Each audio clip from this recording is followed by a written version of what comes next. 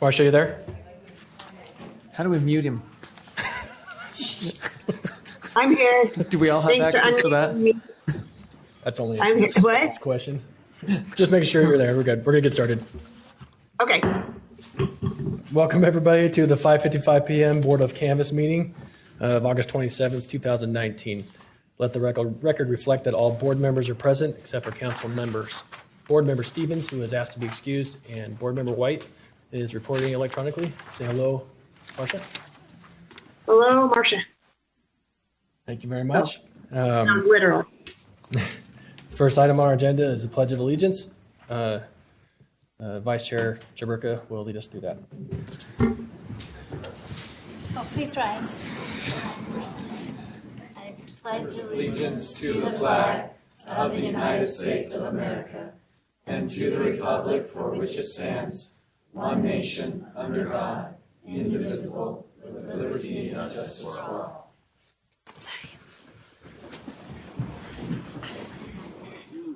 Please consider joining us for a moment of silence.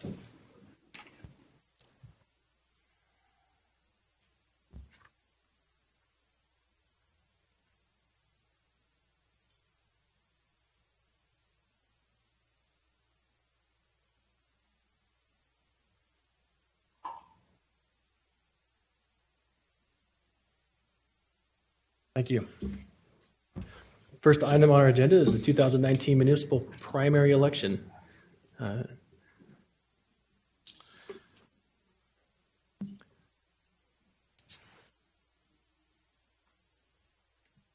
Joined by Tracy Hansen, our recorder, who will give us a presentation.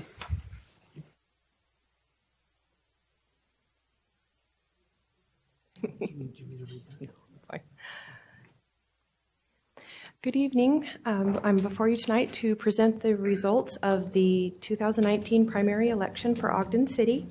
As the Board of Canvas, you're charged with declaring the candidates with the highest number of votes as nominated. The city recorder is to prepare a report that has the total number of votes cast, the name of each candidate and the office that they're running for, the number of votes each candidate received from each voting precinct, the total number of votes for each candidate, the number of ballots that were rejected, and then we need to sign a statement that certifies the information is accurate and correct. So as you can see, the results, kind of small, but they're also in your packet. Outlines that the mayor's race is the only race that had a primary in this election. There were 4 candidates, with Angel Castillo receiving 28.91% of the vote and Mike Caldwell receiving 44.31% of the vote. We're reporting and suggesting that they be considered nominated. They will move to the general election. We have 28,843 registered voters in Ogden City, and they were all sent ballots. We had a total of votes cast of 8,231, so 28%, which is an okay turnout, but I'd sure like to see more. We did have 100 voters that went to vote centers on election day and voted by machine. So the rest were by mail or early voting. They did have early voting for a week prior to election day. 162 ballots were not counted. The reasons they weren't counted were they were past the deadline, or they were unsigned, or the signature did not match the record on file. Each voter whose ballot is not counted is given a chance to correct any of the deficiencies. They're sent a letter, personally contacted by phone, and if they have an email address in their voter registration record, they're emailed as well. And they can come in and do whatever it is they need to do to resolve any issues with their ballot. There were 2 provisional ballots, and both were counted. So it's our recommendation that you certify the results as presented tonight. If I can answer any questions for you. Thank you, Tracy. Any questions for Tracy? Pretty straightforward. Thank you very much. If there's no questions or comments, we'll entertain. Chair Nadolski, I will make a motion then that we as the Board of Canvas, certify the results of the August 13th, 2019 municipal primary election as presented. Second. We have a motion by Board Member Heyer, second by Board Member Blair to certify the August 13th, 2019 municipal primary election results. This is a voice vote. All in favor, say aye. Aye. Aye. Any opposed? That passes. Congratulations to the candidates who advanced. And thank you to those who put their name in the hat. Next item, I'll entertain a motion to adjourn. Motion to adjourn. Second. Bless you. We have a motion by Board Member Heyer, second by Board Member Blair to adjourn. This is a voice vote. All in favor, say aye. Aye. Marcia? Aye. Any opposed? The mute button keeps moving on me. Thank you. This meeting is adjourned.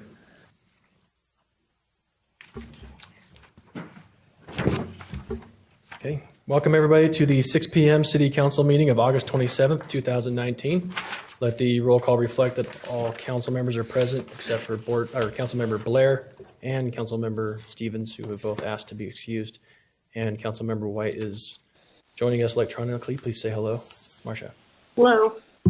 Thank you very much.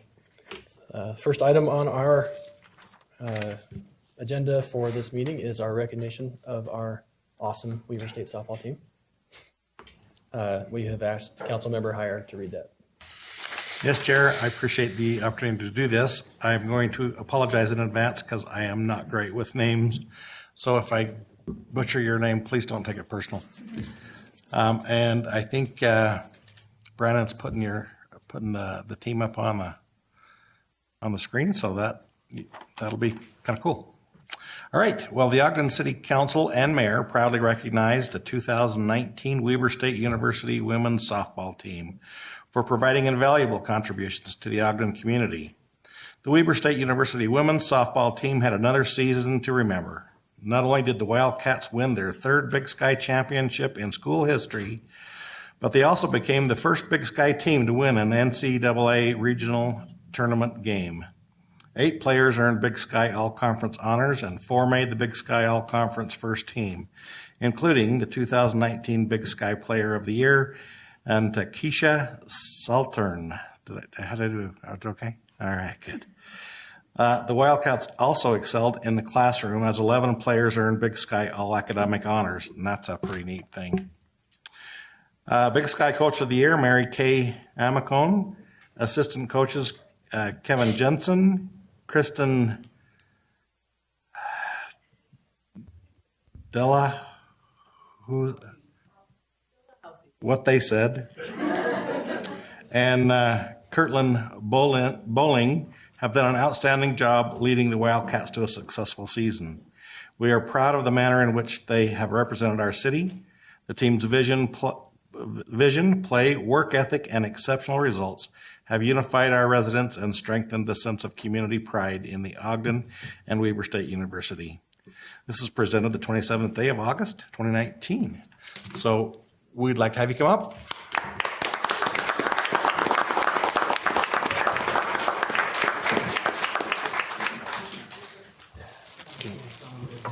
I should have done that. Can you pull the plastic off of there? Just start right there.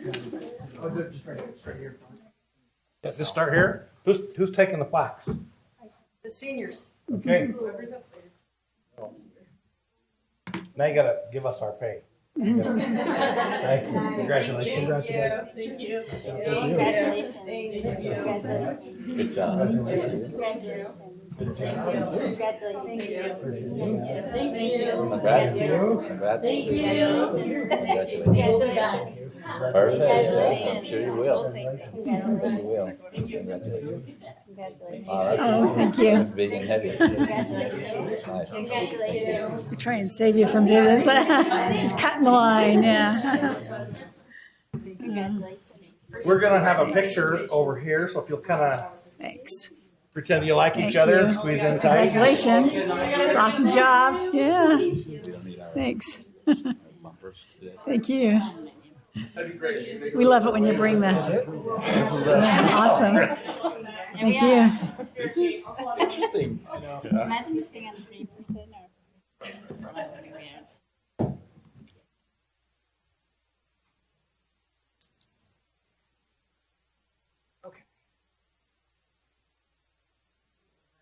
Okay, looking here, one.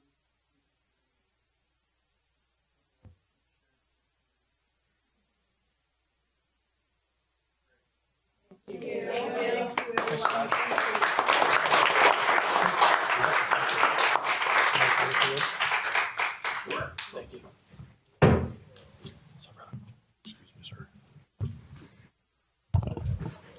We just want to thank the City Council for this recognition. It's been an amazing season, and we welcome back a great team.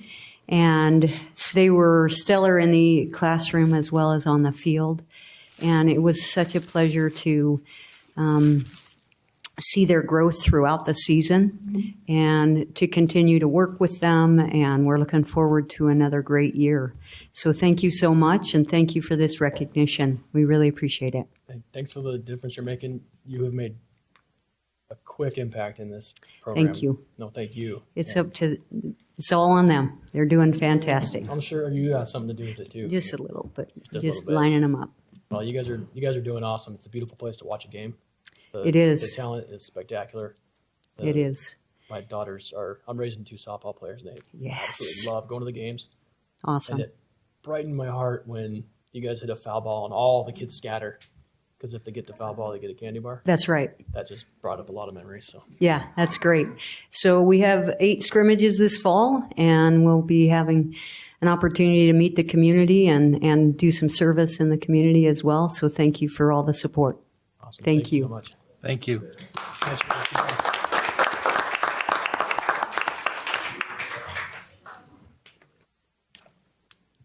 Okay, next item on our agenda is approval of minutes, the strategy session of April 30th, 2019. Councilmember White. Yes, Chair Lewandowski, I've read those and they are accurate. Thank you. The joint work session of May 28th, 2019. Councilmember Heyer. Yes, Chair, I've read those and they appear to be accurate. And for the regular meeting of March 26th, 2019, Councilmember Lopez. Yes, Chair Heyer reviewed the minutes and found them to be accurate. I move that we approve the minutes as presented. Second. We have a motion by Councilmember Lopez, seconded by Councilmember Heyer to approve the minutes as presented. This is a voice vote. All in favor, say aye. Aye. Councilmember White. Aye. Any opposed? That passes. Thanks, you guys. Next item on our agenda is common consent. The 2 items listed are to set a public hearing for the fiscal year 2020 budget amendment related to the Trackline Bike Park and the fiscal year 2020 capital improvement plan amendment also related to the Trackline Bike Park. Chair, I'd like to propose that we set the public hearing for both the items for the fiscal year 2020 budget amendment for Trackline Bike Park and for the capital improvement plan as well. Second. We have a motion by Councilmember Jaberka, second by Councilmember Heyer to set the public hearing for September 10th, 2019 for the 2 items listed under common consent. This is a voice vote. All in favor, say aye. Aye. Aye. Any opposed? That passes. Next item, moving along. Reports from the Planning Commission Mixed Use Zone Text Amendment. We are joined by Greg Montgomery.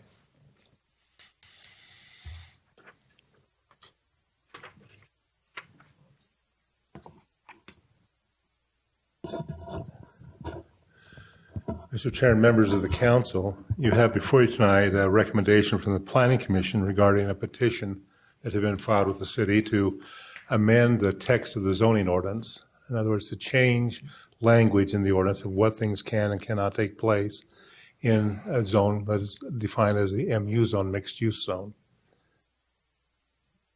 The specific request is looking at the corner of 20th and Lincoln, where the Kangaroo Zoo is presently located. This is a building that the petitioner desires to occupy for a food testing lab. And in looking at this, that property is on a 1.64 acres of land. at the corner of 20th and Lincoln. And presently, part of the site's developed, less than an acre is developed, and then the other part is a vacant piece. You can see in this photo kind of the location of this building. The juvenile court building is to the south. The American Can building is kind of to the southeast of the site. So you have some development that is taking place there. Further to the east, you have other development that's taking place as part of the river project, which is why this whole area is zoned MU mixed use. In the petition, the petitioner is asking that the text of the MU ordinance be changed so that they could have their use also as a use allowed in the zone. Presently, this existing building is what we call a non-conforming use.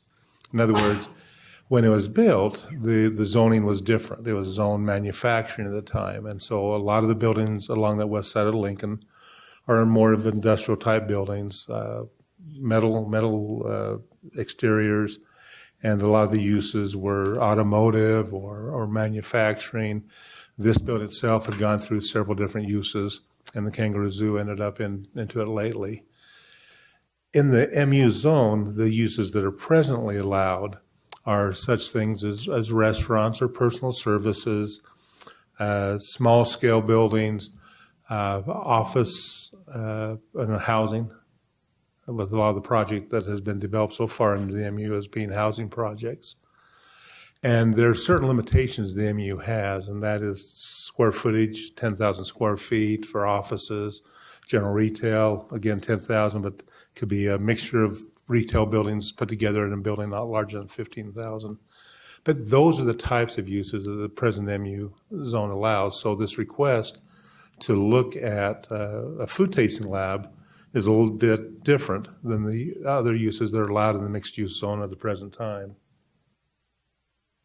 This gives you an idea of what that MU zone was imagined to look like as it develops out. The area in the green is those areas that have been developed. That's where the View on 20th apartments are. That's where the Riverbend townhomes are. Gear 30, Slackwater. The new brewery was just did the groundbreaking last Thursday on it. So you can see that area that is developed already. You also see there's areas that have not been developed. And the area we're talking about tonight is west of Lincoln, where that red box is. And you'll notice that black arrow that's down Lincoln. When the mixed-use zone was created and as this master plan was developed, one of the questions came up was what happens to those existing businesses that are along the west side of Lincoln Avenue while this mixed-use zone is going? What happens if they go vacant? Those buildings just sit vacant? Is there some mechanism to allow them to continue to be utilized until redevelopment moves down to that side of Lincoln Avenue? And so there was created a provision of default for those properties west of Lincoln Avenue. And that was saying that they could be reused as a non-conforming use with approval by the Planning Commission. But there were limitations on that reuse. The reuse could not expand the existing building to accommodate any future growth. And if it became a permitted use, it would have to meet the design standards of the MU zone. The MU zone not only had uses that limited what could take place there, but it also had design criteria to meet in terms of how the exterior of the building would look, requiring to meet certain architectural design standards. Those design standards are typically defined as Victorian or arts and crafts or transitional modern. Those are all different architectural brands that have certain elements in those designs. That's to keep the continuity of that entire district as it redevelops, but allowing those buildings west of Lincoln to be reused until such time as redevelopment took place. So when we first dealt with the consultant or the applicants, they were first going to look at doing a change of a non-conforming use and follow that process allowed in the area west of Lincoln. However, when they understood that expansion would not be possible under that provision, they felt it would be appropriate to ask the city to change the ordinance to allow the testing facility to become a permitted use in the MU zone so they could do expansion in the future. This kind of gives you an idea of the challenge that kind of exists out there. So this is looking along Lincoln Avenue, looking south, and you can see kind of the industrial development that took place until you get to 20th Street where the juvenile court building is now built. And the picture on the right gives you an idea of what was envisioned to take place on this block between Lincoln and Wall Avenue from the river south to 20th Street, being a mixed-use development of residential buildings and also commercial buildings taking place along that area into kind of a concentrated center that would focus and take a lot of opportunities to take advantage of the river as an amenity for the overall development. But as taking place so far, redevelopment has not reached down that far on Lincoln Avenue. So the question comes up, when you create a permitted use, the requirements now to upgrade the building. Those are things that would face and where any change of the text would also say these things now have to come into compliance. We're only considering a text amendment to allow the use change, but the standards are still in place in the ordinance and would still be required if something took place as a permitted use along Lincoln Avenue. So there's this dilemma that happens of you have some existing buildings there that were built for a specific purpose, an industrial purpose. You have the desire to do redevelopment in the area to upgrade and improve the livability and the density of the downtown area. And so those conflicts start to take place in decision-making of what way do we go in terms of a request to change an ordinance, which would trigger certain things, or if you don't do the ordinance, when would be the time frame for development to take place. This just kind of gives you that idea of the challenge that's there. So the property that's being looked at today is that on the left. It's 1.64 acres, as I mentioned. Present assessed value, well, in 2018 was $890,000, and it has a property tax of $14,575. Comparing the redevelopment that's taken place on the same general size of property, 1.68 acres, that redevelopment of that area, which is just a block to the east, now has a value of $3.6 million, and taxes that generate from just that portion of the same size is $63,000. And just as a reminder, the tax value for residential is at 55% of the value of the property. If this were an office building or something being generated as new development, you'd have a full valuation rather than 55% of the valuation. But you can see what redevelopment has done just a block up, that it's really meeting the purposes of why the redevelopment area was created. And this becomes that balancing test of which now is the way you want to proceed. That which is before you today to consider a development of new use into that property, or looking at the overall long-term vision of what could be in full utilization of the property as the master plan was looking at. So that's the balance. Does this request meet the intent of the redevelopment district, the redevelopment area? Does it create walkability? Does it add street life? Does it provide additional housing? Now, that can take place all along that area. It doesn't have to be one specific project. But does it have those elements that add to that, which is why the district was created? Also, what is the real potential for development and redevelopment on the west side of Lincoln with those non-conforming use provisions? You know, they are there to allow buildings to be reused, but put restrictions on how those buildings are reused in terms of, again, can't expand. So that is the discussion that you have to weigh in the approach you take with this request. As the Planning Commission discussed these items, they felt that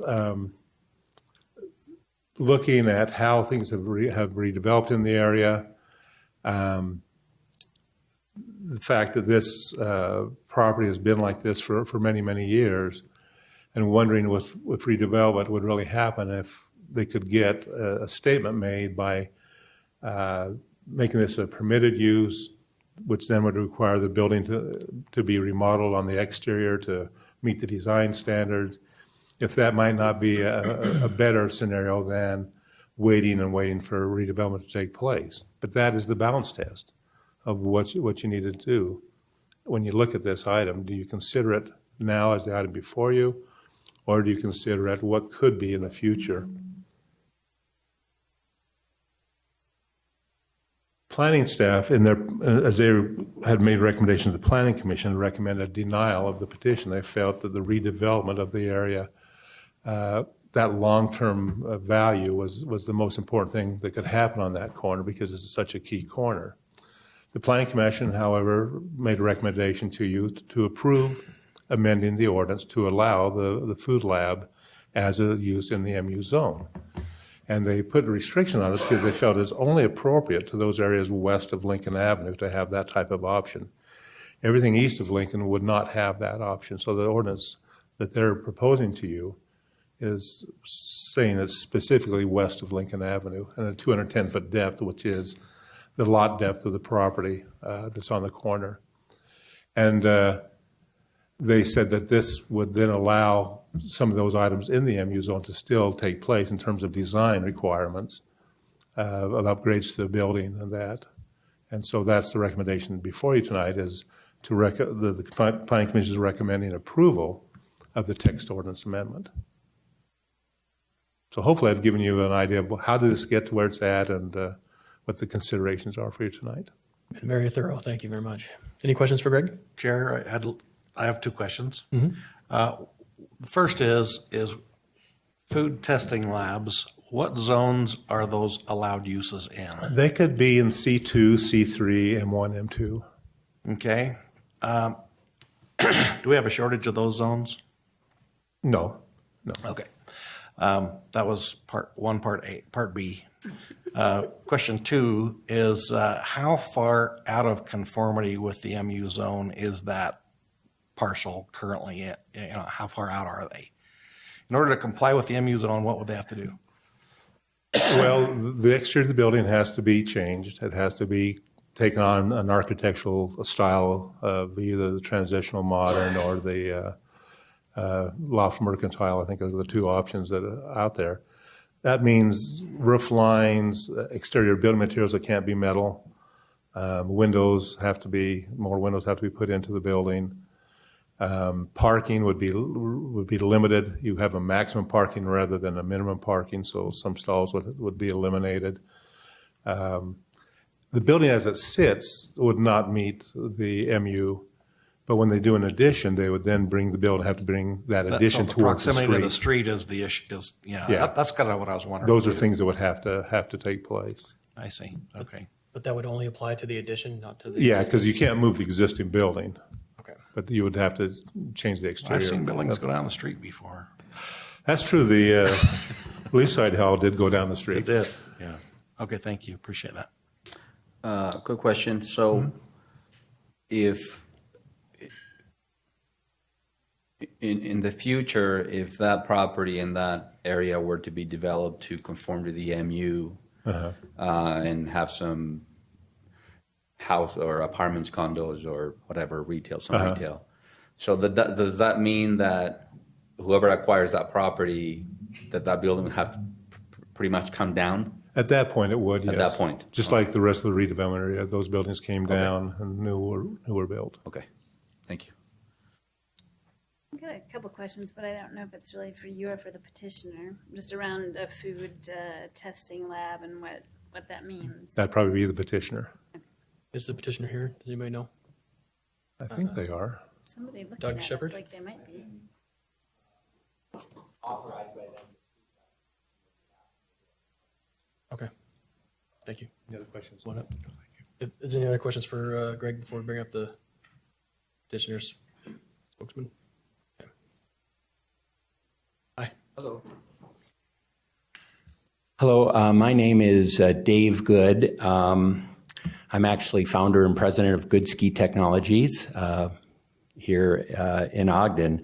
I happen to be the property owner currently right now, and Food Safety Net, John Stewart, their attorney, said I could speak on their behalf. So to answer your question, from what I know, they have 20 labs across the country, one in Boise, one in Denver, and they picked Ogden as the spot that they wanted to be. And I know that the president and CEO of the company, John Bellinger, Food Safety Net Services, is personal friends with the CEO, president of both McDonald's and Burger King. It's a high-end company. They're looking to bring initially 15 new jobs. Comes with this. They're going to be doing $2 million worth of renovations inside the building. They wanted to be in the building August 31st, but I think since March they've been working on this. They have to be operating by December 31st. They do have plans in the foreseeable future to grow from the 15 employees they would start with up to 50. And a food processing lab, I am told, is like a dental lab. It really doesn't belong in a manufacturing place. It's not a manufacturing. It's a lab type situation. There's skilled technicians that do it. I want to say this. First of all, I'm in awe at what everybody has done here in Ogden, and congratulations. It's remarkable. I see Greg Montgomery, who I've worked with on a number of projects, just A+. Jay Louder over there, same thing. So I'm all on the same team for everybody. I happen to be the property owner. I went and got my hair cut today, and I know I'm getting a little grayer each day.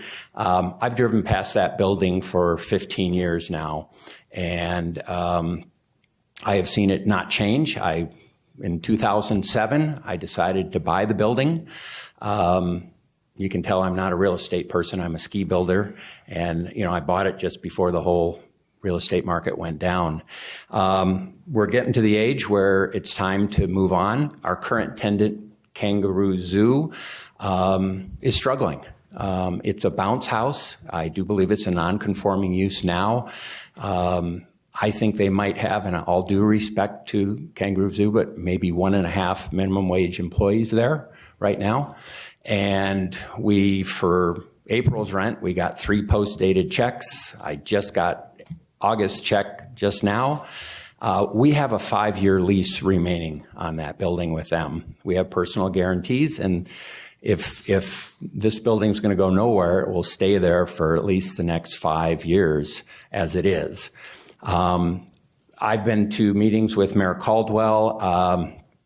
We had one over at NV Composites on how can we bring jobs to Ogden, whether they be the outside, recreation sports or whatever. And I looked at this as a great opportunity that we could get some higher, skilled jobs in the area.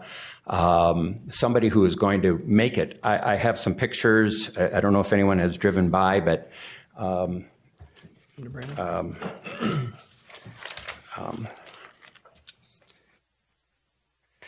the Kangaroo Zoo. I mean, pickup truck with a hubcap missing, sits in the parking lot. The weeds, unfortunately, are growing tall. Here are some of it. Some signs are missing and so forth. They're doing the best that they can. It's a business that does not make sense to be there. So I'm all for, I understand the master plan totally. And I know that zone over on the far east side, the credit union is not included in that zone. And I think when we talked to Planning Commission, they said, well, maybe we can kind of feather in the MU zone to be what it should be. And I'm all for, long-term. I'm a long-term thinker. I'm just wondering if you couldn't get a valuable partner in here. If they're going to put $2 million on the inside of the building, what can they do to the outside to make it much nicer as well, too? the one thing that I see is on behalf of Food Safety Net Services, a problem that I see. So non-conforming use, my understanding is, and according to the reports, that they could move into the building the way it is now. But they're business people, and they say, look, if we grow, when we grow, we need to expand. We're going to be putting $2 million inside the building. We need to be able to know that we can expand and grow our business. So by going from a non-conforming use where they could go in and occupy the building now, if you approve this to become a conforming use, now, the city is asking or saying that now you have to, before you move in, you have to change the facades and so forth. And it's about a $250,000. And they're very willing to do it when they expand, but it kind of caught them off guard. So in a way, I mean, it depends, do we want them here or not? Because honestly, you can just say no, and they will fold their tent and go somewhere else. They picked this building because they liked the building, they liked Ogden. Last night I reviewed the Ogden website, looking at the business links, and it says, why Ogden, ? And you read the video and it talks about businesses, bring your business here, let us help you expand it and so forth. And so if your vote was to uphold what Planning Commission saw as appropriate, it isn't going to do any good unless they can move in the way the building is now. They need to be operating by December 31st. So to me, if you might as well say no at the start, unless we can get them into the building, let them in time get those requirements done on the exterior. So that's my understanding of it here. And again, I'm 100% with whatever everybody says here. Is there any questions for Mr. Good? I do have a question. Yes. What are the hours of business there, and what is the traffic like? Are there trucks coming in and out? What is the situation?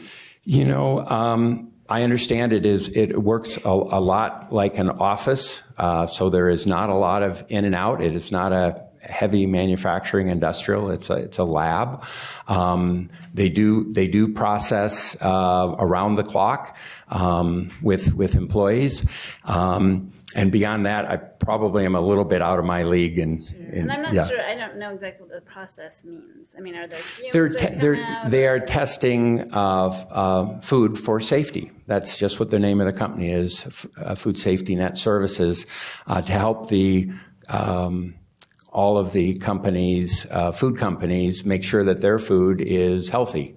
And yeah, there's there is no smell. There's nothing coming from the building. Yes. Yeah. Any other questions for Mr. Good? I was just curious, what is it about this particular building?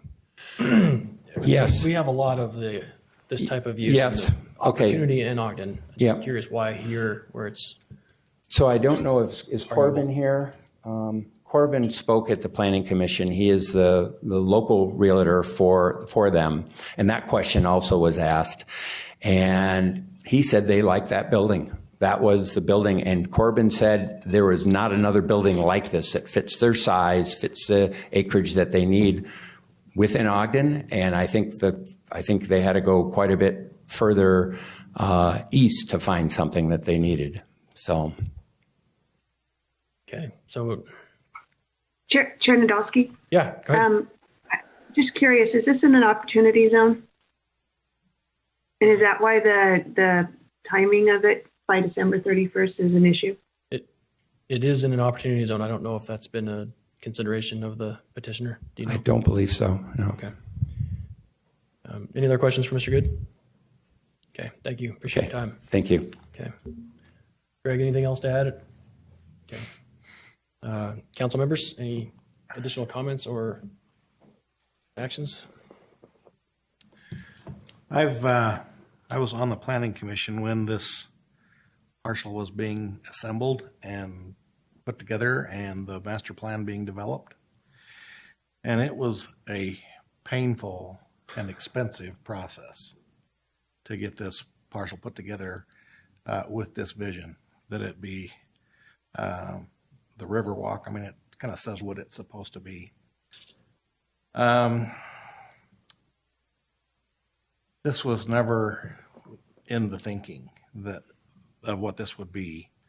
I carefully read the Planning Commission's minutes to see why they did it. I talked to a couple of planning commissioners to ask them why they made the recommendation that they did, and their findings largely are true. Not entirely in my mind, but it has been sitting with not a lot of interest in it for some time. While we've done the block between Washington and Grant, and then Grant and Lincoln, those still aren't completely finished themselves. Now, the block between Lincoln and Wall, the storage unit, I think, was kind of one of their main concerns as I spoke with them. That is not likely to change. Those storage units, they tend to have a really long life, and they don't change much. However, there are some other buildings there that are likely to change. Probably the most likely is the one right on the corner, just directly west of this, the petitioner's property, or the interested property.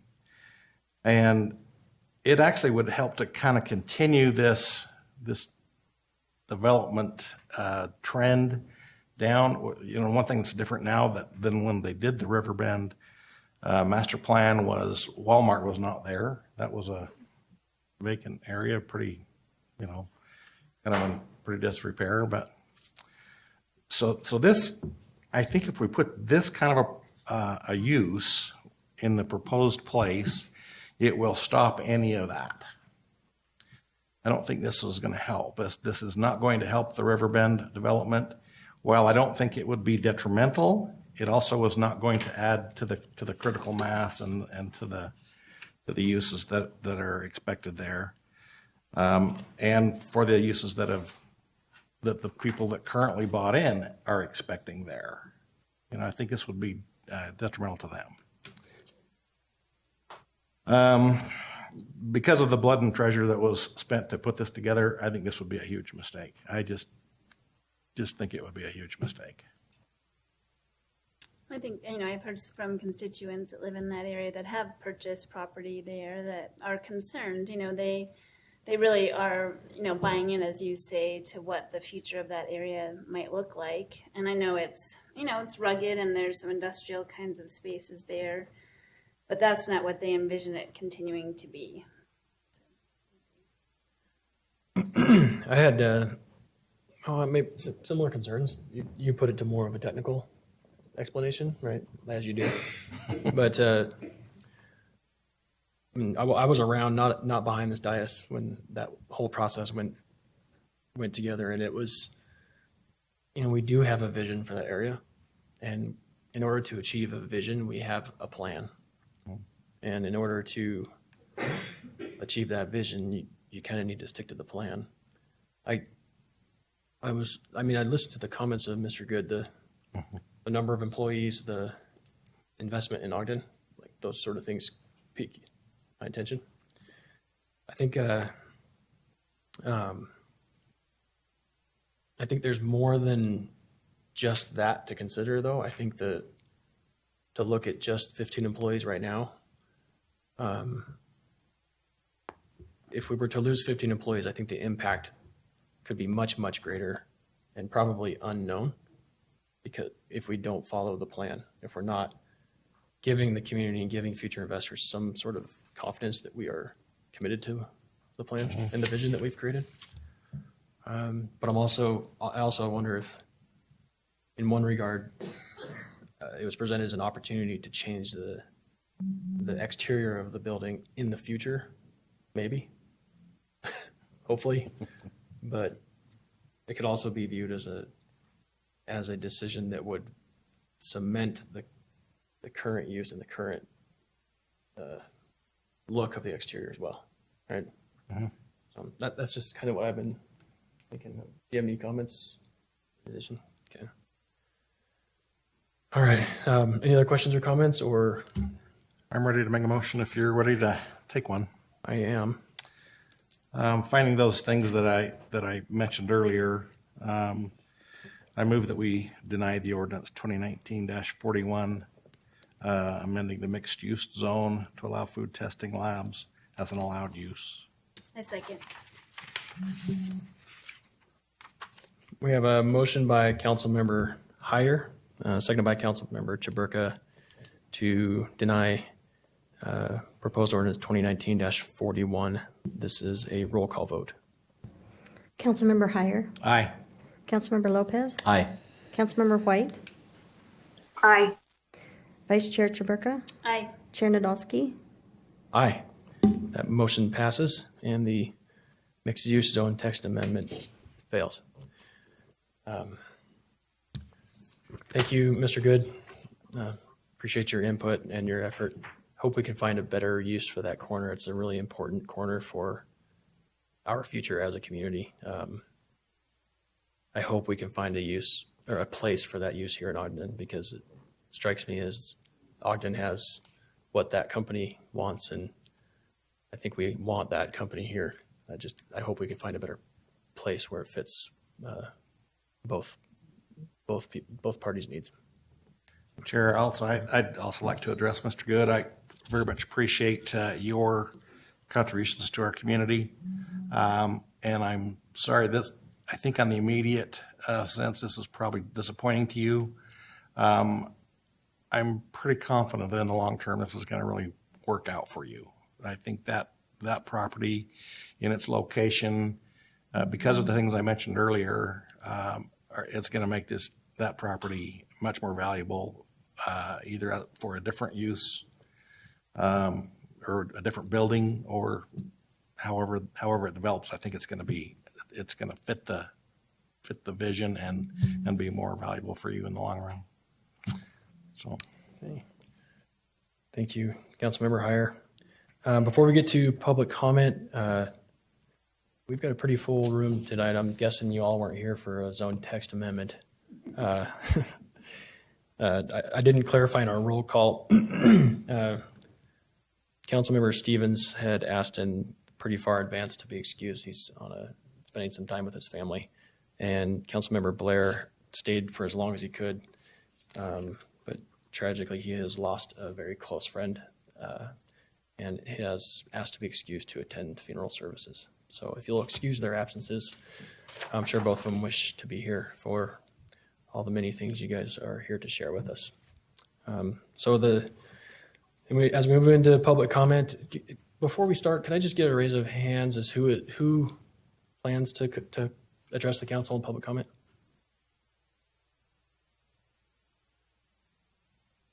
Okay. Yeah. Chair, Doesn't mean you can't change your mind. Could I make a suggestion, though? Certainly everybody has their right to do so. If it becomes redundant, though, just for the sake of time, sure, let somebody else do your speaking for you. Well, if we start to see a theme, yeah, feel free to just add on to what's already been said, if you agree. We want to make sure you have an opportunity to lend your voice to that other individual's comment, if you agree. So, Chair. Yeah.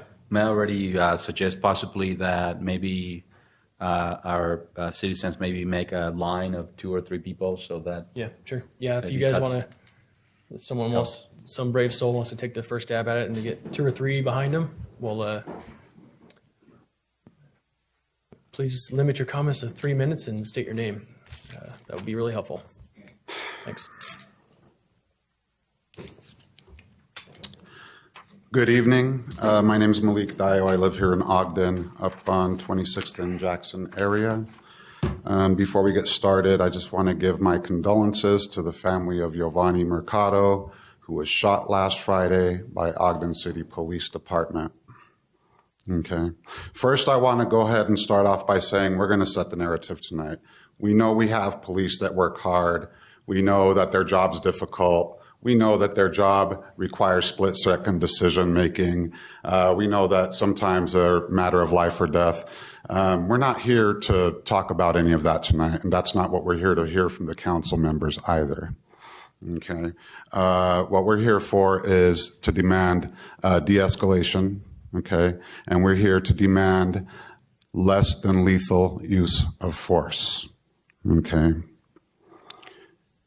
We're not here to say who was right or wrong, whether he should have listened, whether the police should have acted differently. We're not here to engage in that type of debate, and that's not the conversation we want from the council members. Okay, we're going to shift this conversation in a different direction. Okay, too often, the police are too quick to use lethal force and to use lethal force as their first method of use. Okay, police shootings in this country have become an epidemic. Okay, here in Utah alone, there's been seven shootings this year. 6 of them have been since July. Okay. And 4 of them in the past month. Okay. This is almost becoming a public health concern and it needs immediate attention by this council. Too many times the police justify their shootings by claiming that they were in fear of their lives. That narrative needs to change. That should no longer be an option for police to use as an excuse to shoot somebody. Okay, there are several methods used to de-escalate to de-escalate shootings, such as bean bags, tasers, other non-lethal methods. Okay. Today, the family, friends, and supporters call upon the mayor, the chief, the city council to radically define when force is authorized, when it's required, and that the officers use de-escalation whenever possible and mandate that all officers exhaust all reasonably available alternatives before using deadly force. Justice for Giovanni. Thank you, Malik. Angel Castillo. I live at 25th and Harrison, and there's plenty of people that are going to speak to the bridge that needs to be built within our community from police violence and the community need to connect. And so I'm going to let them speak to that, and I'm going to congratulate you on denying the amendment. You showed not only in the work session that you care looking at the vision of Ogden from using a form-based code versus a design standard. That's a key issue. And I'm so glad that you were able to look beyond what the Planning Commission said and to trust your planner. I was not at that Planning Commission I was sick, or I would have lost my mind over this, because we, and as you know, have to look 10, 15 years into the future, and we want to create Ogden as a vibrant, walkable city. And there is no room in a vibrant, walkable city for a manufacturing zone. There are plenty of other places for that to happen in the city. And as Councilman Heyer mentioned, that we've spent a lot of money developing that plan. So I commend you for trusting your planner and for looking at the vision for Ogden, not just in one place, but as we grow and expand. And I encourage you to keep that into consideration while you look at this form-based versus design-based code. We know we want to protect 25th Street fiercely. And as it was mentioned during the work session, it's what makes us unique, and it creates an experience for people, be they visitors or residents of Ogden. And it's not just 25th Street. We've created the creative district to expand that. We need to look along Union Station, and we need to look at those surrounding areas. And that particular property is going to be part of that vision in 10 years. I struggle with this on a regular basis with some of the Planning Commission members. They seem to operate from a sense of scarcity. Well, that property has been empty for 10 years. Well, we are not the Ogden of 10 years ago. If someone knocked on your door and wanted to take your daughter out on a date and was really not desirable, you and your daughter hadn't been on a date in 2 years, you just don't jump and let her go just because somebody knocked on the door. I strongly recommend you start remembering that at all times while we're looking at developing our code and developing our plan. We are not the Ogden of 10 years ago. We are a desirable place. We have hundreds and thousands of people who come to visit us with our big festival that went really well, and that will continue. So please hold on to that, and please remember that we have to preserve what we have and plan for what we need, and that's your job to be the voices of the citizens for that. Thank you. Thank you, Angel.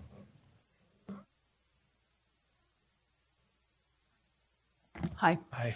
My name is Julia Aldrich, and I'm here to speak on behalf of the Marshall White Center and the people who use that center. The swimming pool there was cracked and damaged a year and a half ago. We talked to the city council at that time, and they were very enthusiastic. They were very encouraging as to it was going to be fixed and it was going to continue to be a usable facility for Ogden residents. And since then, I don't believe that anything has been done since then. So I'm wondering, you know, what is being done and what the plans are for that, and to point out the fact that it's a very, very important facility that we need. Ogden City needs that facility. And the baby boomers are retiring at a rate of 10,000 a day. And those are the people who will be able to use this swimming pool, one of the many uses of the swimming pool. But that's the one that I'm speaking to today. And water exercise is very, very important for that population in recovery and rehabilitation. It's the only form of exercise that fills all the bill for all of those, for all aspects of fitness. It's strength, it's flexibility, it's endurance, it's all of those things. And there's no other form of exercise that fills the bill for all of the fitness. And I believe that Ogden and Utah in general, but Ogden specifically, really has a vested interest in maintaining the health and the independence of its population, of its senior population. And that's one way to do it, is to have an exercise facility, a place where they can, to stay physically fit. And there isn't one now. The Lauren Farr pool is only a temporary pool. It's only open until 1st of September. It's going to be closed. And we need a year-round pool and an indoor pool. So I just think it's very important that we need to support our community center. Every other community around us, every other major community has a viable community center and a viable fitness center. We don't have anything. And I think that's very important, and we need that. We need a community center and we need a pool. Thank you. Thank you, Julia. I hope if you can stick around for till the end of the meeting, we'll try to get some answers to some of the questions that come up, because I actually share some of your questions too. Hi. Hello. My name is Joanne Lawrence. I live at 1383 Kershaw Street in Ogden. And I am also here to speak about the Marshall White Center. I'm also one of those recent baby boomer retirees as of this summer with 3 joint replacements and need a lot of hydrotherapy. I can drive to a place and get what I need. Not everybody can do that. And not everybody can pay. I think it costs something like children to get into Marshall White $2. Any adult $3. Families have another very low fee to get in there for boxing, swimming, when we had it, all sorts of different activities. So it serves a population. And as Angel Castillo mentioned, preserve what we have, plan for what we need. We have a lot of at-risk kids in town. And if we don't preserve them right now and plan for their needs, plan for what they need to have after school, in the summer. I participate with a group down at the Marshall White Center that meets for lunch, a group of seniors. And in the room next to us, the Boys and Girls Club, I think, is meeting all summer. And they used to swim. So yes, I hope we'll hear from you as to where the city is with this at the end. We hear a lot about a lot of great developments, really good things that the city's doing. This track line bike park, Continental CRA. Unfortunately, we're one block out of that. The Nine Rails Art District. I'm an artist. I support that. These are great things, but we need to know, and we need to keep the Marshall White Center as a priority. Many people use that. At-risk groups. Let's see, it's a place to go outside of school. That's where the problems happen. And so that's where we need to have a place for the kids to go. Boys and girls clubs use it, water aerobics, Ogden Preparatory Academy for training in their triathlon used to use it, the pool, kayak classes used to take place there, home schools, 1 day a week PE, Ghost, Greater Ogden Swim Team, now Piranhas, I think, I'm not sure, used to work there. And I see I'm getting close. Youth Impact, I used to see that van out back. I don't know if they still use it or not. There we go. Thank you. Thank you so much.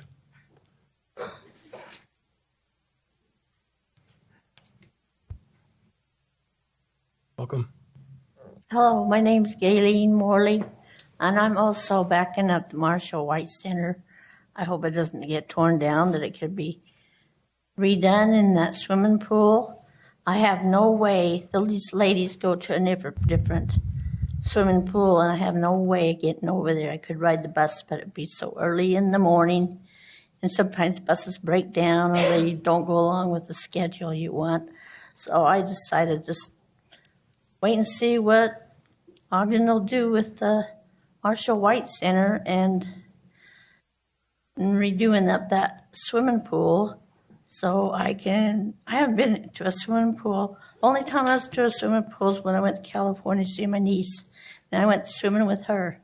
But I haven't been to a swimming pool here because Marshall White was the only swimming pool I could go to at the time, because I'm not going to bother these ladies to come get me out of their way and take me to Bemloman. I would just rather hope that Marshall White will get their swimming pool done. Thank you. Thank you.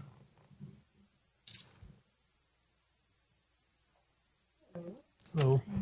Anna Davidson. I'm going to read this. I articulated it so I wouldn't lose track. So, it was brought to my attention today that there are individuals within the city administration and Downtown Alliance that have concerns regarding the appearance of the homeless population that participate in our program. It seems that we are being singled out, and as I am highly disappointed in the approach taken, having law enforcement bring attention to the issues they see as possible enforcement, I challenge those same law enforcement officers today to come and engage these individuals and see these people as what they are, human beings, and are responsible for maintaining a clean, respectful appearance in front of our establishment. I have decided to use this as an educational opportunity to bring awareness to the lack of understanding present in regard to the homeless population. Truth be told, the reality is so far from the perception, and these perceptions are relayed in the form of gossip, which is counterproductive to the success of the city and the business community. We cannot pigeonhole all homeless into a box of lazy, bad drug addicts not willing to rise up. This is our opportunity as a community to look at the issues affecting our citizens. They are our citizens, with mental health being at the forefront. I think we could take an approach as a city to create a positive, effective change while relieving burden on law enforcement and the jail system. If the city were to employ an LCSW to work in conjunction with law enforcement, we could begin to navigate the individuals that need help on the streets.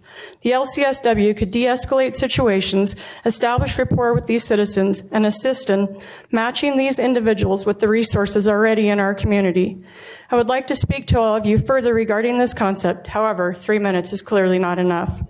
Just for clarification, our Pay It Forward program has actually been on hold for the month of August as we have been tending to our own mental health issues. These are available on our Facebook page if any of you want to have insight into that.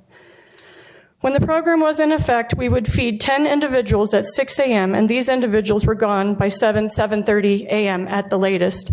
We're the earliest open business on 25th Street. When we restart the program, we will only be offering the meals on Tuesday and Thursday mornings.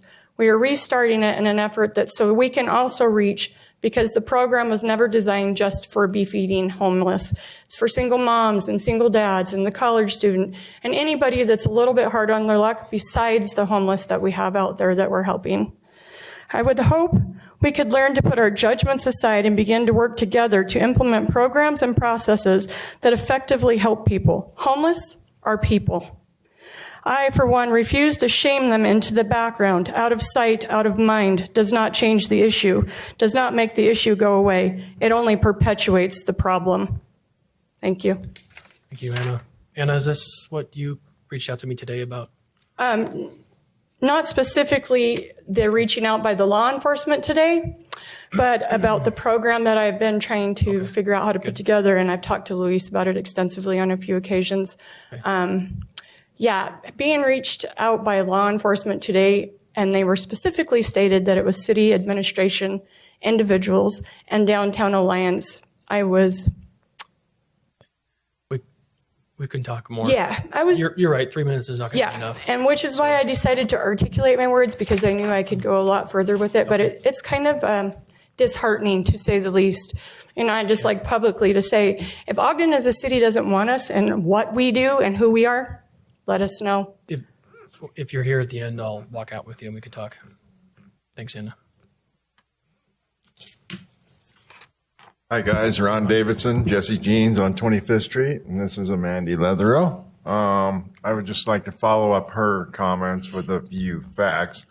20 to 25% of the homeless population versus 6% of the non-homeless population are mentally challenged. That being said, Mandy is diagnosed with schizophrenia, so she was having all of her affairs handled by an outside entity, which was stealing her money. So at this time last year, she had an apartment, she had a fully furnished apartment, she had food in her cabinets, she had money in the bank, she had her medication, she had everything she needed. But this lady decided she'd take her money. So Mandy lost her apartment, lost her furniture, lost her medication, lost everything. She was walking around on the streets, being harassed by the police, being talked about by the people that would walk by her, until we took her in and figured out what the problem was. She's now on her medication. She now has a new ID. She now has a food handler's card that she got on her own. She's got her Social Security card back, so she's on her way back up. We brought her here today so people could see the face of what they walk by and judge. So if you'd like to say anything, got a minute and a half. Okay. With people judging people. Mandy, what's your name? Amanda Leathero. Thank you so much. You're welcome. With people judging people, it's hard on us. It's hard to communicate because they don't know our situation. They don't know anything about us. But just don't judge us for who we are. Just accept us and say hi or something to us out there on the streets, or because that's always helpful too. But I'm just asking, please don't judge. Maybe we can do one better. Instead of judging, we can love you. How's that? Thank you. You're welcome.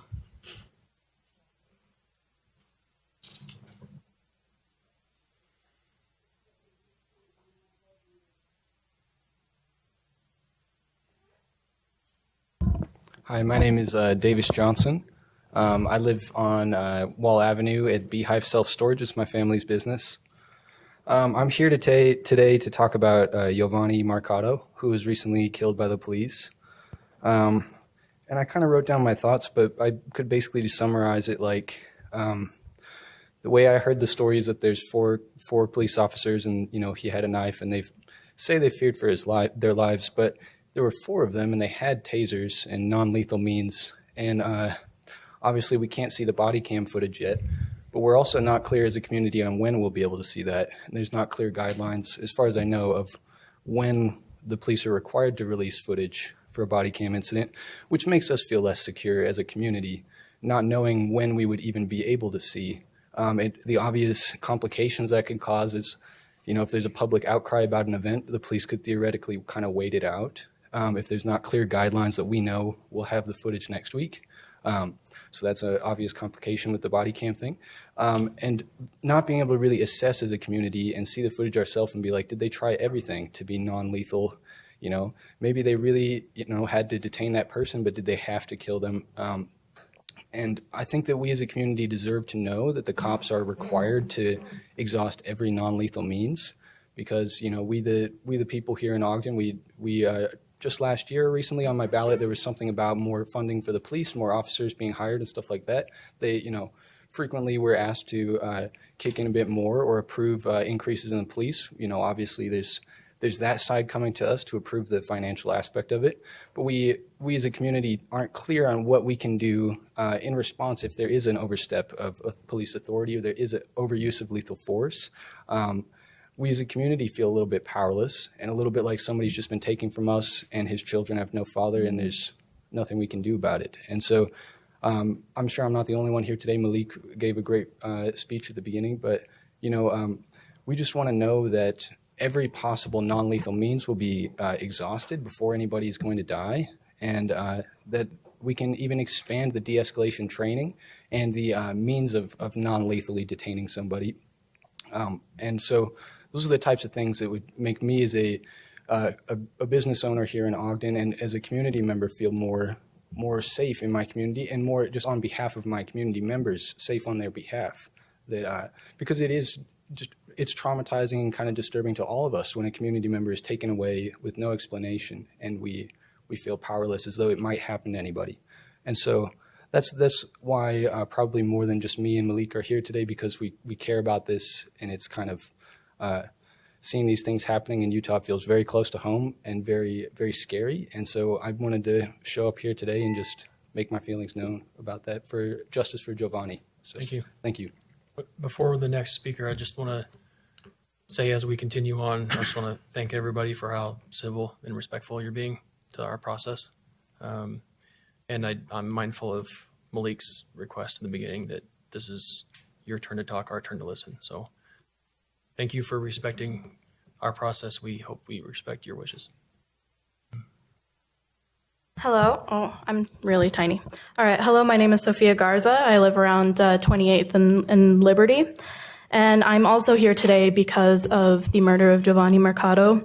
I'm angered by OPD's recent and past uses of lethal force against civilians.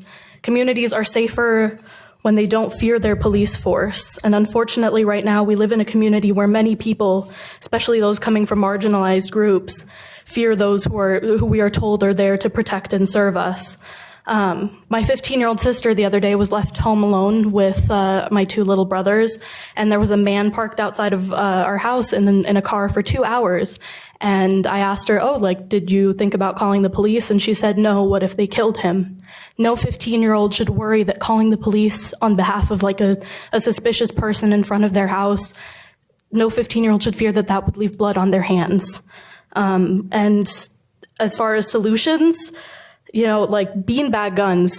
Salt Lake City recently replaced 70 of the weapons in their arsenal with non-lethal weapons that can still disable a suspect so they can be brought in alive and returned to their families. They additionally also have a policy of body cam footage from police-involved shootings being released in 10 business days. So citizens can rest assured that we will see body cam footage, within the next week or two, instead of once the news cycle doesn't care about that person anymore. And additionally, the community that we live in is increasingly more Hispanic. We need more anti-bias trainings and more things so that when people of color are seen by the police, they aren't seen immediately as suspects. They aren't seen immediately as threats, especially calling back to, the shooting of Jamal Bell, where he was in his own home when it happened. People of color aren't suspects because of the color of their skin. And we need to work more with our police force so that we have those bias trainings in place. With that, thank you. Justice for Giovanni. Thank you. Welcome back. Thank you. Hello, Dave Good. Just wanted to make City Council aware of a matter. So the earlier property we talked about, 184 20th, Dawn and I bought in 2007. I also bought another property, 2023 Wall, which is right across from Walmart, kind of kitty corner to this property. And I just wanted to explain something, and I heard Angel talk about how, yes, we got to stick to the plan and whatever. Keep in mind there are some business aspects that fall into it. So my wife and I decided we're going to sell our properties. It's time. And in November, we had a gentleman, Bill Caldwell, who was managing some of our apartment project, show an interest.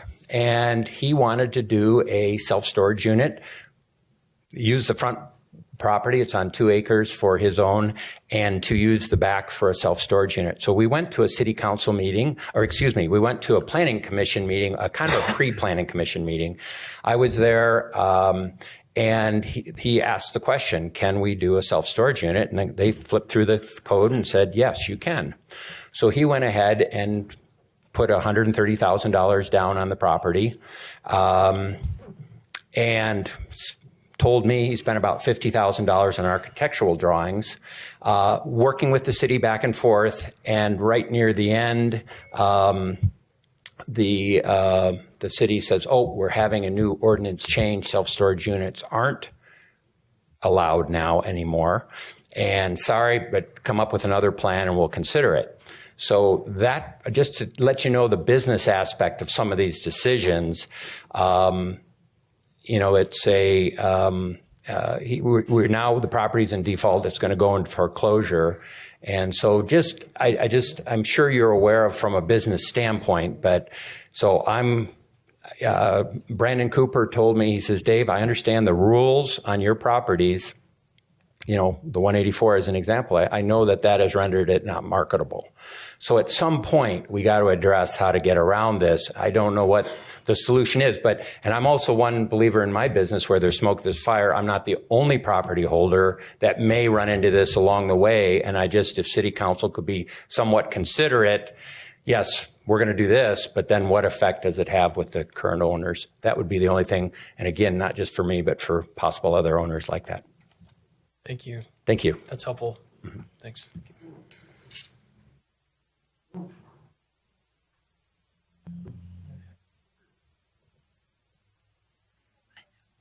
Can I translate for her? Or do you have a translator? Can you translate? We want to hear it. How do we handle that? Is it okay? I'm just making sure we got a stack of rules that I don't have committed entirely to memory. Or you have somebody that can translate, Yeah, we do, but it's not really his job. It's not his job. He wants to listen. Yeah, he needs to listen. Well, no, it doesn't matter to me. Whatever is more, I think I would recommend whatever is more comfortable for her. I would let her choose. Perfect. Okay. If you want to ask her.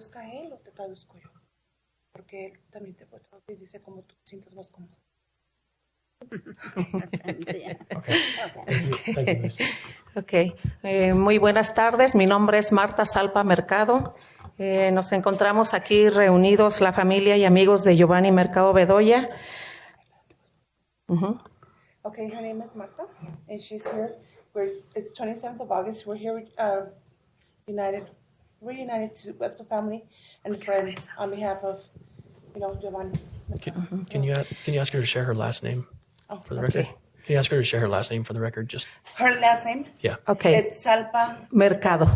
Oh, okay. Thank you. Okay.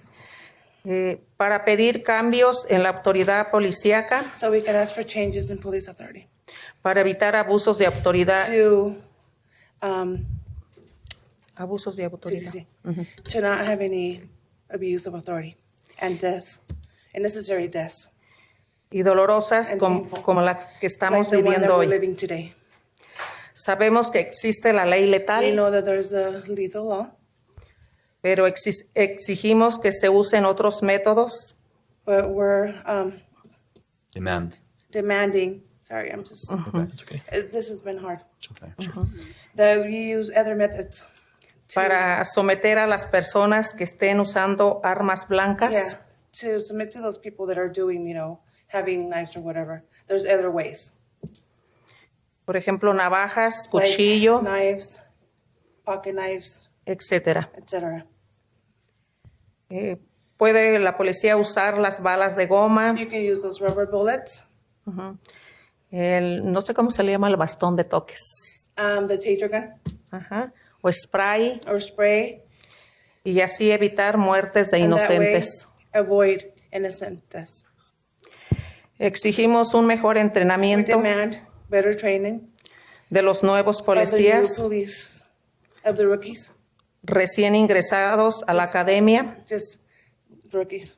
They just came into the Newly sworn. Yeah, newbies. Que es hasta que estén listos Until they're ready para estar to en be las out in the streets para estar en las calles de of Ogden.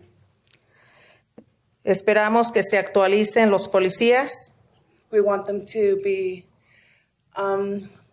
actualized, to be up to date. con cámaras With corporales cameras, body cam, para obtener la to evidencia, obtain the evidence. ejemplo Example, in the como en el state estado de of California. Okay. Tengo miedo y desconfianza She's scared.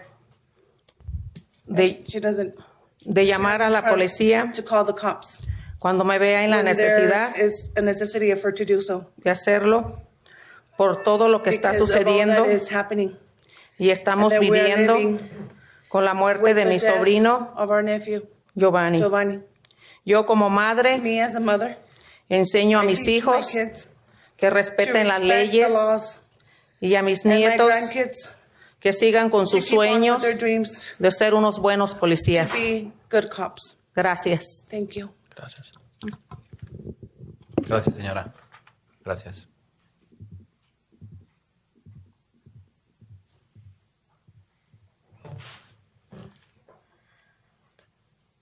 Good evening. My name is Juan Mercado. I'm Giovanni's dad. It's pretty hard for me to be up here and speaking right now in front of you guys. You being the local leaders, hopefully you can recognize that we do have a problem with excessive force. And hopefully you guys can do something to prevent from shootings from this point on, from moving forward, so it doesn't happen to another parent, father, son, brother or sister, because I'm going through this pain that I'm going through right now. It's pretty hard. And I know we can't. They need better training. Our officers need better training. No citizen should live with fear. It's pretty hard for me now to trust the peace officers. So hopefully you guys can make a difference. That's all I have to say. Thank you.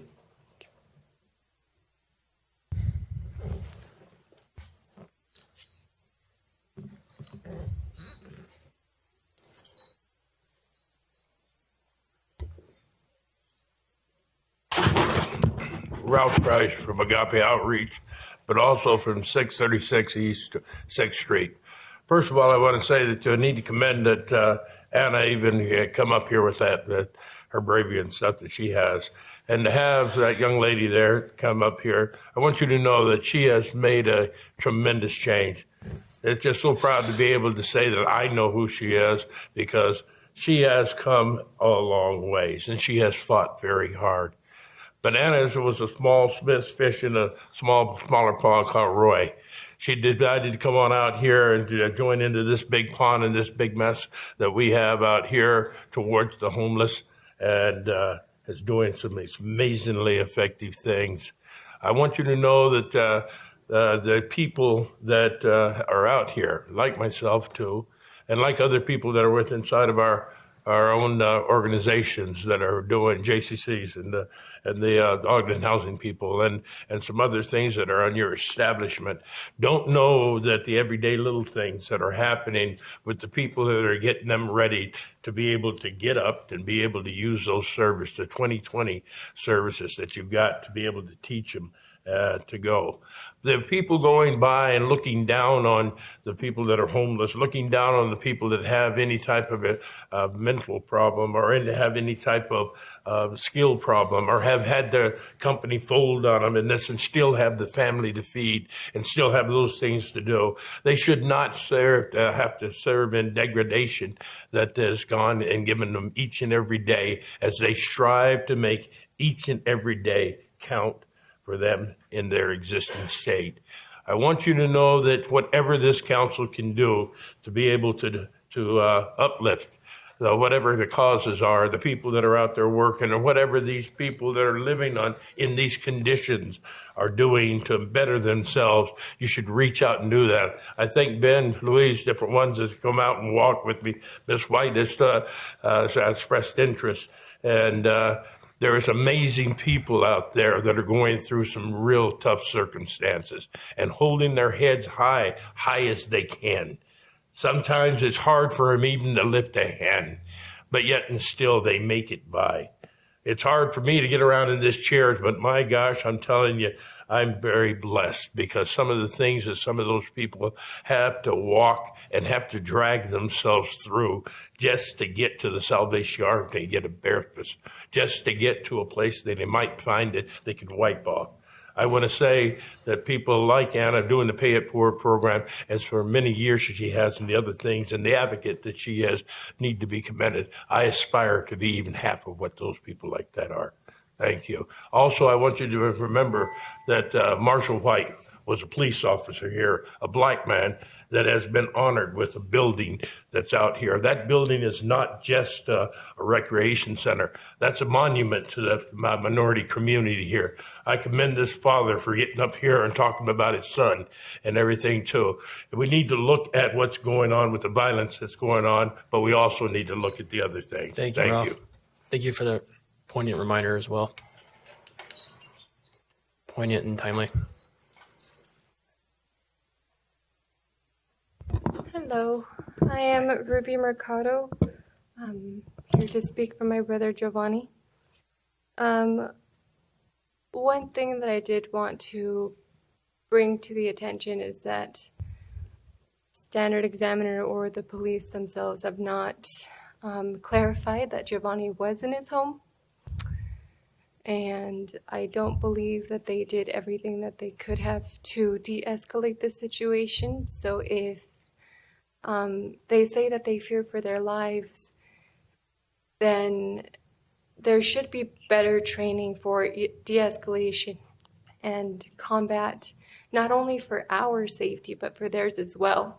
That shouldn't be an option for a police officer to go out there and fear for their life.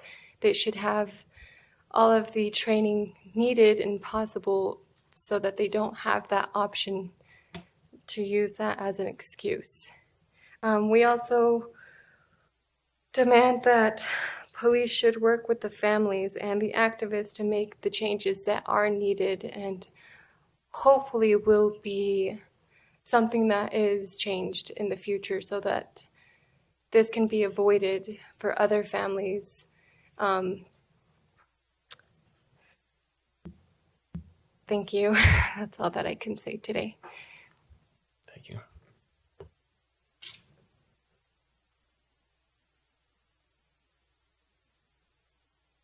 Anyone else wish to address the council?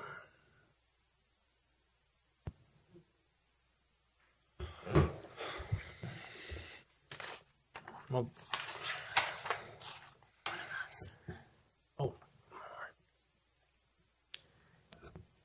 My name is Rosemary Kelly, and my daughter lives in Brooklyn, New York, and New York City's police department has turned the corner, and they did that by insisting that their police force be racially, ethnically, the equal of the population of the city. That might be an aim for the city of Ogden. Are all of our policemen white? I don't know. Do they represent, is there one or two Hispanics, maybe one or two blacks? We need to have an equal playing field, and we can't do that if we outnumber them. Thank you. Thank you. Anyone else? Okay. Before we move to comments from the mayor's administration and comments from the council, I'll just want to express our condolences to those friends, family, loved ones who are here and feeling that much pain. And I don't think I know what to say. I do hope you feel that we heard. I think listening is going to be more important than anything I could say. But it took a lot of bravery to come and poise to do that. I respect it and we appreciate it. Maybe we can have some comments from council members on what they've heard after we hear from the administration. Mark, do you have any comments? I make a few comments, and I just want to echo what you said. I don't know, kind of puts in perspective how difficult life is when some of the comments that have been made and by the people who have made them, and our hearts are full for you, and we appreciate hearing those comments, and I have taken notes on those. I don't know that I can answer that tonight. I don't know that I have the right people here to be able to respond to the questions from a lot of you on this side of the room, but I have taken the notes. I do anticipate that we'll sit down and be having discussions on that. I don't really know where the release of the body cams are. I know there are 4 body cam videos, but I really don't know where they are, and I don't know that Gary, our city attorney, knows where they are either. Let me just take a couple of the other items that came up. I get credit, and the mayor gets credit for a lot of things, and we have no idea sometimes how we get credit for things. I can guarantee you that we did not instruct anyone to go down and talk about homeless anywhere in the city. We have, for our city our size, we have a substantial amount of homeless. And it's a balancing act for us because as many comments as we get that you made tonight, we get the other side of the coin. And we try and balance that. Our police department tries to balance that. Our fire department balances that. It's something I believe in a lot. I actually volunteer my time as a board member of Lantern House. I've spent quite a bit of time trying to work with the homeless and understand homelessness. And I don't think I know of anyone in the state of Utah that has any answers, to be honest with you. But I guarantee you that we're not striving to drive them out anywhere. We're trying to help balance our city. I have to make enough revenue to be able to pay for the police officers for the issues that come up, or firefighters or medical or whatever it comes. And so there has to be some sort of balance, and I think we can get to that point. And maybe what we do is I'll ask the chief that maybe you and I and the chief sit down together and have a chat. I think that's probably the best way to go about that. So I don't really know how or what was said, but let's sit down and see if we can work through that. And I congratulate you for the things that you're doing in your life. You have an amazing smile, and we got to get you to where you smile all the time. Marshall White. Marshall White is a very, very important building to us. We have been in the process of trying to decide whether we need a bigger, better rec center. Unfortunately, it's taken a whole lot more time than we anticipated. We're looking to partner with the YMCA. In Utah, most people don't understand what the YMCA brings. Outside of Utah, every city fights over them. In fact, as we were in the city of Boise about a year or two ago, and the mayor of Boise said We have 3 YMCAs. We love them. A city next to us is going to build a YMCA if they get their funding. We kind of hope they don't because we want a 4th, because we know the impact they have in our community. The things that that Joanne especially said, and I don't remember which one's Joanne. Which one was Joanne? Yes. The comments you made was really the basis of the theme of the YMCA, where they help those who are struggling to pay, they help those who need to be able to have a facility. They provide an amazing thing. And so we've been working with them, and we've been trying to do the research. We just hired a company between us to go and do and see how much money we can raise in this community. I don't think we can bond for a new rec center totally. I think we're going to have to raise some money, have a capital campaign. We hired a company that is going to go and do the research to see how much money do they think we can raise. A new rec center with a pool and all the things that we want to have in there, an after-school program, and all the things that I think are important, probably will be somewhere between $25 and $30 million. We'd have to find the appropriate piece of land to be able to do that. But as Mayor Caldwell always says in hockey, Wayne Gretzky used to say, you don't skate to where the puck is, you skate to where the puck's going to be. And that's kind of what we're trying to do. We're trying to look at this community and say, what do we need to do? Now, does that mean that we would throw away the Marshall White building? No, it stands for something very important. Marshall White was a great officer who gave his life for this community in 1964. It is not our intention for that to take place. But before we spend $2 million on putting a new pool in Marshall White, we wanted to make sure that the rec center was maybe something we could do where we could do something maybe even greater and have a bigger facility that would house and handle more of our community. That is something we're still working on. We're dedicated to working on. I'm hoping that we can make progress in the next 6 months so where we can get to the point where we will know if it's a go or no go. In the meantime, we're concerned about the Marshall White, where I just signed a requisition to put in $383,000, it's off my memory, to put a new roof on it. If you don't put a new roof on it, you're not going to save the rest of the building, and the roof needs to be repaired and replaced dramatically. So that's our first step of what we want to do. And then as we meet with community, and if we have the plans of being able to put together a new rec center, then we'll have the community come in and say, what do we need to do with Marshall White? Marshall White could potentially become a satellite rec center. It could become a cultural center. Our city really doesn't have a cultural center totally. I mean, there's a lot of things that could be done there that we've just been brainstorming. We haven't sat down with the citizens. We haven't really even sat down with the city council yet. But it's our intention that we move forward and we do things for the youth of our community, number one, and for all the others, including a baby boomer who maybe someday will be soon needing to use that pool when the mayor doesn't make me go to work anymore. So we get the problem. We're sorry it's been so slow. We are working on it. We are making some progress.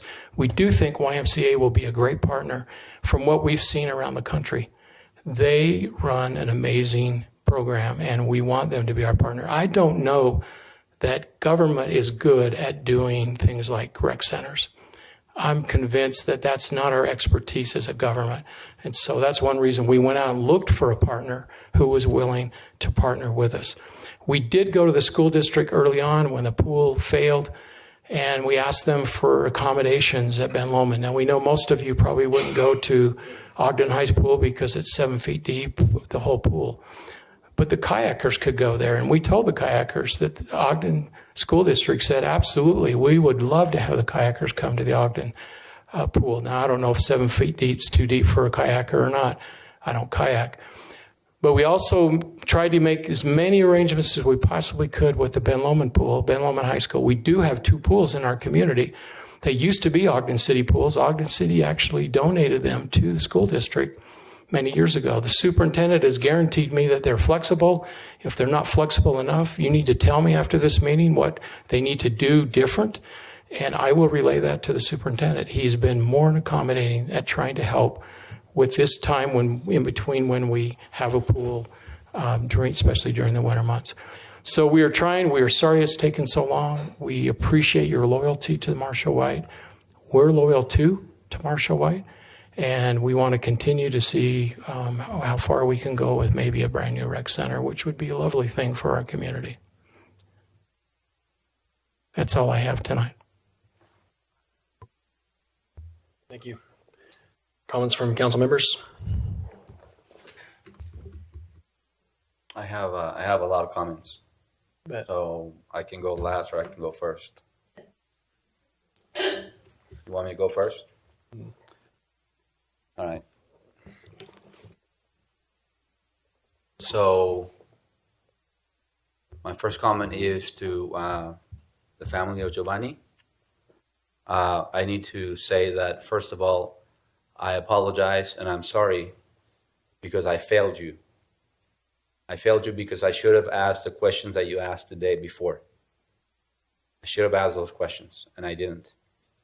So for that, I'm sorry. I apologize deeply. Señora, le pido una disculpa porque las preguntas que vinieron a hacer aquí ustedes el día de hoy, yo las debía haber hecho antes aquí con nosotros y no lo había hecho. Y por eso le ofrezco una disculpa. ¿Ok?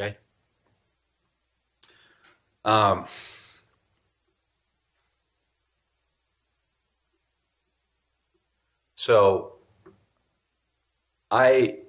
we need more than anticipations to address the concerns and the petitions that came before us today.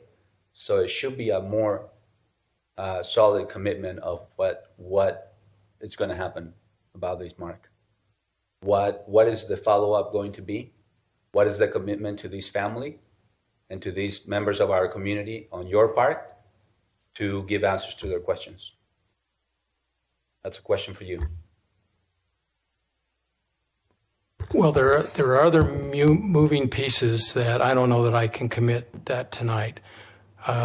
But I'm willing to go back and have that discussion and come back to you with that.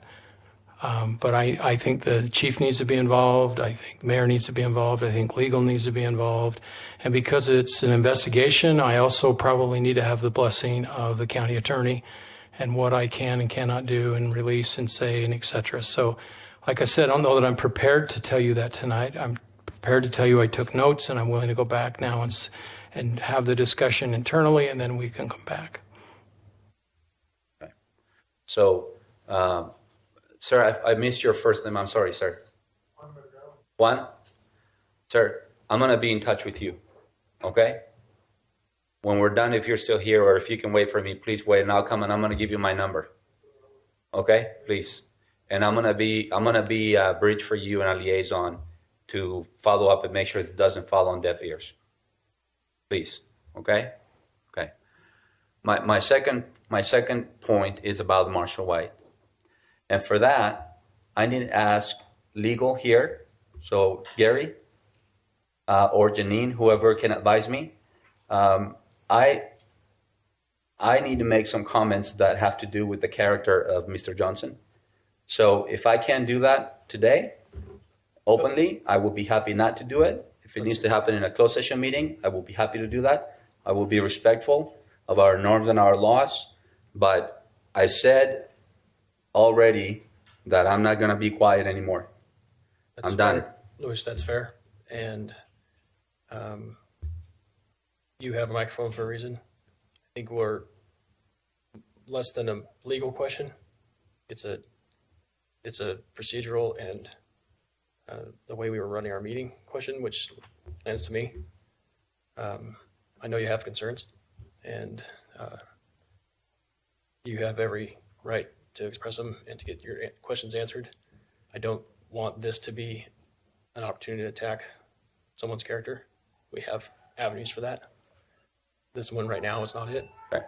And that's why I'm putting it on the record, and I will be respectful. I will always be respectful of the process. I will be respectful of my colleagues. I will be respectful of the government, of our democracy, of our rule of law. I will always be respectful of all of that. But I've been here almost 4 years. And this is not this is not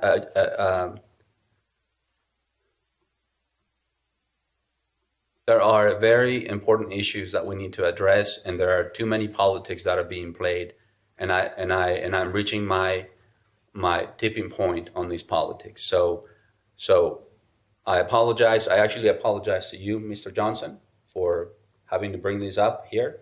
I haven't said anything directly to you, and I won't. But we need to deal with this. Okay? We need to deal with this. Ladies, about the Marshall White, we've been talking about this since before you came. Since before the swimming pool for the Marshall White broke down, I've been screaming at the top of my lungs that we need more indoor recreation for underserved communities. More. We need more. And I believe that the right efforts and the right priorities are not being set into place. I think there are pet projects that happen that get picked on what to work and what not to work, and I think a lot of projects for our underserved members of the community get picked last. And I've said that in meetings, public and private. So I'm sorry that we haven't made progress on that also. You are completely right. Most cities around us have these centers. We need a center. It's a matter of physical and mental health. And so I apologize to you that we haven't been able to do that. And I will do everything I can to make that happen. Thank you. Thank you, Luis. Comments from other council members? Just a few comments. I just want to say, I honor everyone that came up and spoke tonight, and I know it can be very difficult, and I can't imagine being in that situation, having lost someone that I love so much.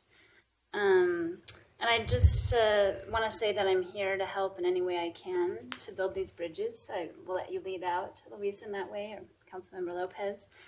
But I'm here to help in any way if I can. Thank you. I also want to express my condolences as I listen to those of you who were close. My heart is full for you, and I don't know how you feel. I can't say that I do because it's not happened to me, but I do appreciate your words. The decorum that you came to us with. This is early in my understanding of this. I don't know what happened. There's just a lot of unknowns for me, so I don't have anything to comment about that, but I know it's difficult. It's always a challenge. And then, so I want to offer my condolences. I think that, there's a lot of things that are before us. There's certainly a lot more need than there is resource to fill. That's why we sit here is to make hard decisions. I don't think any of us,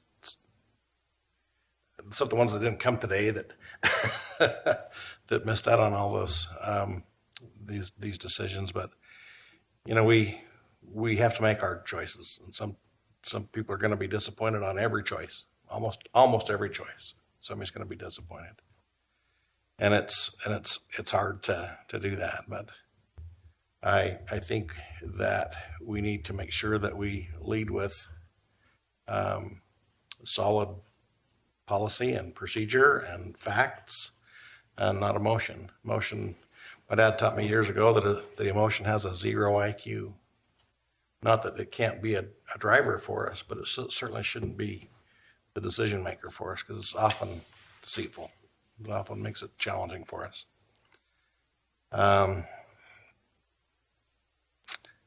Seems pretty petty, the thing I was going to bring up, but we've been receiving a lot of comments from people about dog parks and things that seem pretty minor compared to the discussions tonight, but it is something perhaps that we should put on our docket to discuss and decide how to handle those kind of things within our public parks.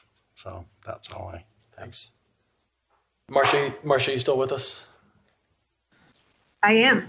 I'm sure it's hard to fully understand the setting and the situation, but if you care to comment, we'd love to hear from you. Yeah, I mean, I think every council member has addressed the feelings of the family and you know, the sorrow that goes out for sure. I actually agree a lot with what Councilmember Heyer just said, and I think one of the things that we forget as a council is that our authority over the money and the policy making, and we have the ability to change some of the things that, if we don't like the direction mayor and administration is going, we have the ability to do that. And so I just think we have more to do with the seven of us working together than we think we have. So I hope we can look at that kind of stuff in our next strategy session. Okay. Thanks, Marcia. I'll just conclude or wrap up by saying that I can't imagine how the family, friends, loved ones are feeling about your loss. I can tell you that what you shared with us today, that you came here, the way you carried yourselves, it made an impact on me. I can't say that I've ever seen that in this setting and in that way. It really was important for me to see the people and to look the family in the eye and to hear your pain. I won't pretend to know what that pain is or to claim that I have ever felt such pain.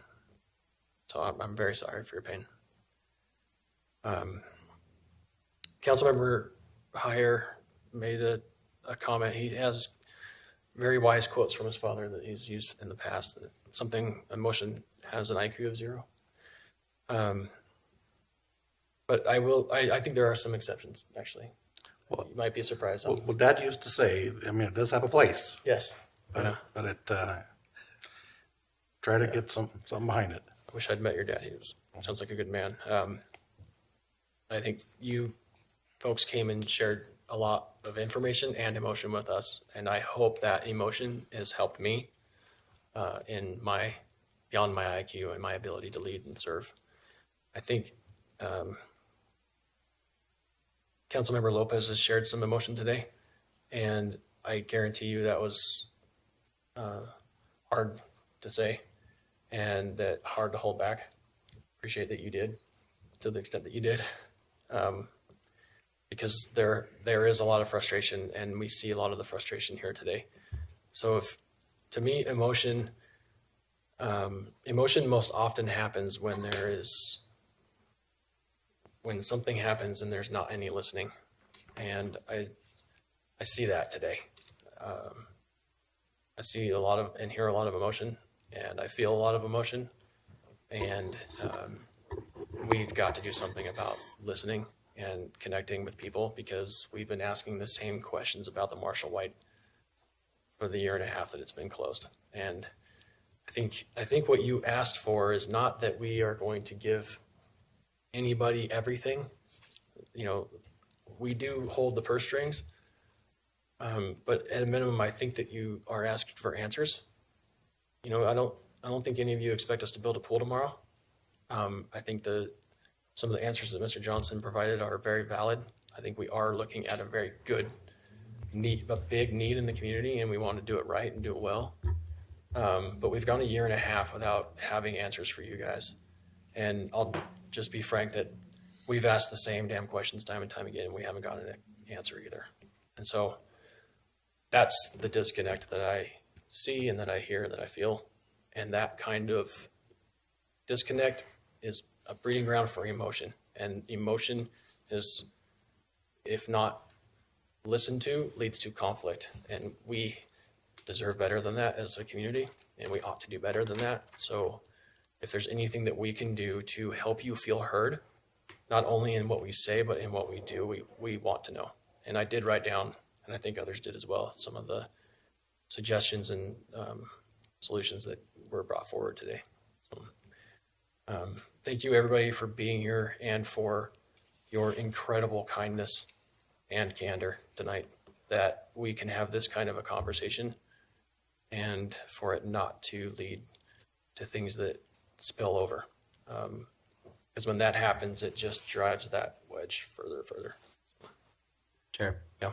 You need to say something else, please. Mr.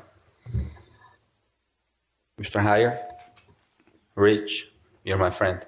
We are friends. You're my friend. The reason why I'm emotional is because I've been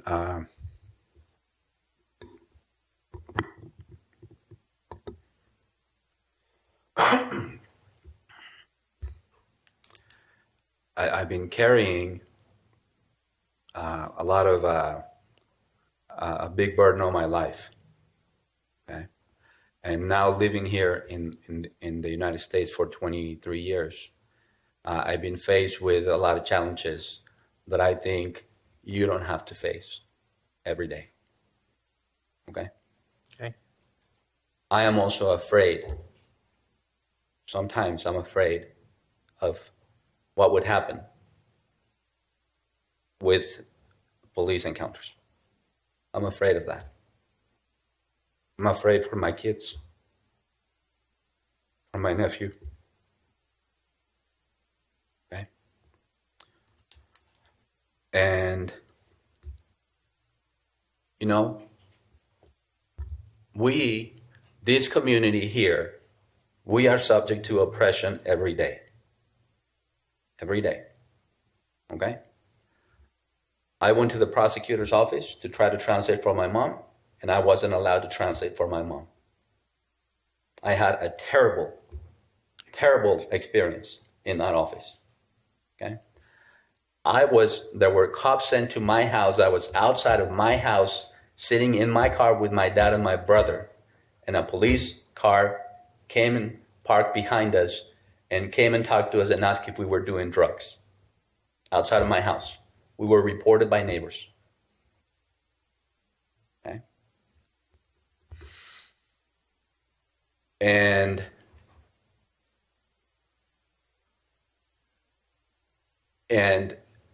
the conversation about the Marshall White is not about the Marshall White, and it's not about resources for the Marshall White. It's a conversation about a philosophical question about why some members of our community feel that we're last. Why do we feel that we're last? Right? So, with all due respect, Rich, I love you. You know that. You know that, right? But these are things that you don't have to go through. Everybody goes through pain. We're all human beings. And I'm sure you've gone through your share of pain in your life. But this is a different kind of pain that comes from oppressed, diverse minority communities. Right?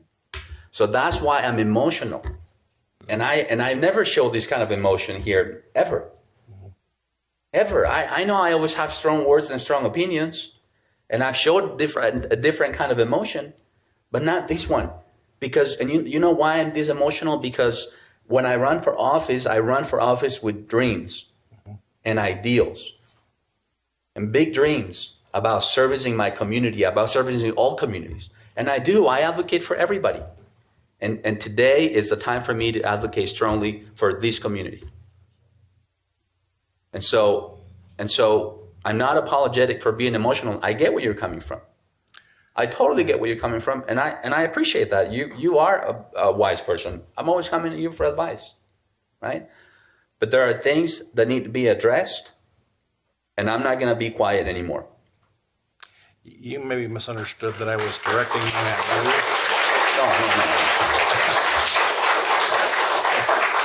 No. And I'm sorry if I was. I don't know if you were talking about my reaction. I just thought there's a lot of emotion today. That's kind of why I was addressing it. And kind of like what Dad said, it does have a place, but you can't let it run the day. You gotta use real Sure, things. absolutely. And the things you just said, I don't disagree. I think they need to be addressed. Absolutely, and I agree with you on that, and I also agree with Mr. Nadolski about the caliber of the people that were here today talking about their grievances. Okay, I said that too. Yeah. So, Luis, could I add something? Please. I want people to know that. Well, there's probably a lot of people in the room that are wondering why I'm letting this happen. And I'm making a conscious decision to let this happen as a chair because this is transparency. This is not anything that you guys shouldn't hear. This is something between two people who really do dearly love one another, who have embraced in real love in the past over frustration and over happiness. This council, we build those kinds of relationships the best that we can. And when we have opinions to share and we often rely on one another, I don't see anything wrong with doing it right here and right now. You guys need to.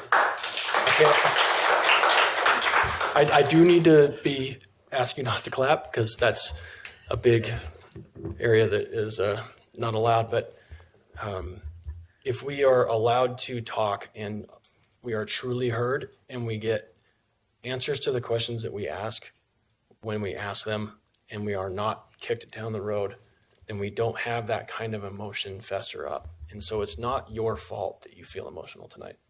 I think everyone on this dais was in the room not too long ago when I was far more emotional, right? And it stems from the exact same thing. It's really frustrating to have to continually sit and to stay quiet when you're asking for questions. And a lot of this has nothing to do directly with what we heard tonight. But I really think it's at the root of the separation that's happening in our community, is that there's not a real level of contact and engagement. And that's what we're trying to change. That's why we're staying here later to have this conversation in front of you. We want you to know, we don't want you to hope we're having these conversations with each other somewhere else. We want you to know because we want you to see them. But we are, by the way. And we are. And I don't know how many conversations I've had with Rich until like midnight. This man is a loving man who does want to do good things. And he does want to hear what Louis says. Mm-hmm. And so what you saw was not we are not enemies. Disagreement. We're close friends. That is a big difference, right? That's not what this council does. I actually wasn't talking to Rich. I was talking just in general. Right. I needed to, I was also talking to Mr. Johnson, because he needs to know where I'm coming from. Sure. Okay. And I wasn't directing my attention and my eyesight at you because the comment came from over here. But this was as much a director as you. So, yeah. While we know, I think Marcia made a really good point that we hold the purse strings, we control policy, et cetera. And it's true. But we can't be successful, really. If you look at this form of government, we can't be successful without a cooperative and collaborative involvement from the administration, just like they can't be successful without it for us. And we have a ton of concern over the future of our community, and we don't want to break everything because we are frustrated about something. But that something has got to come out, and it's starting to come out. And I think that's a good thing. We got to maintain control, but we've got to get to a place where we're not rebuffed. We are heard, and we are truly involved and engaged, and that people feel the same way that we all should. So I'll make one last comment, and then I'll entertain a motion to adjourn. I think there's a lot of people here that need some more time. I'll just make the comment that that we often preach the need for diversity amongst our ranks in those that represent and serve. I'm not here to claim that I represent that for you, but I am mindful of the diversity that we have and the position that he has in this life and the circumstances you've described tonight. They really matter, and we really need to hear them. So thank you for hearing it, for saying it, for sharing it, for living it, and expressing it tonight, and expressing it in everything that you do, because you always serve others. And I hope you feel that we are here to serve as well, and that while we're serving, that we are hearing and listening to. Love you, Coronel. Thank you. Okay. And we've had our moment of silence.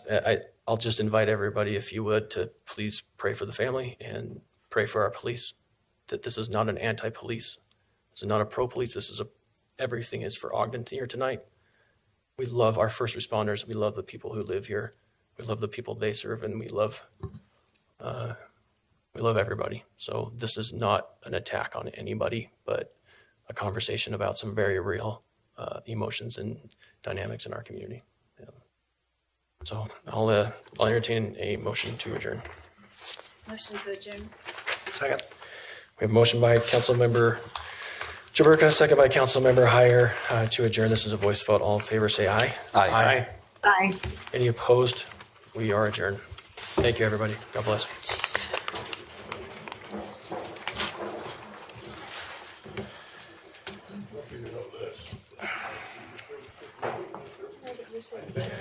Oh, I thought she ran out early, but she gave it to you, huh?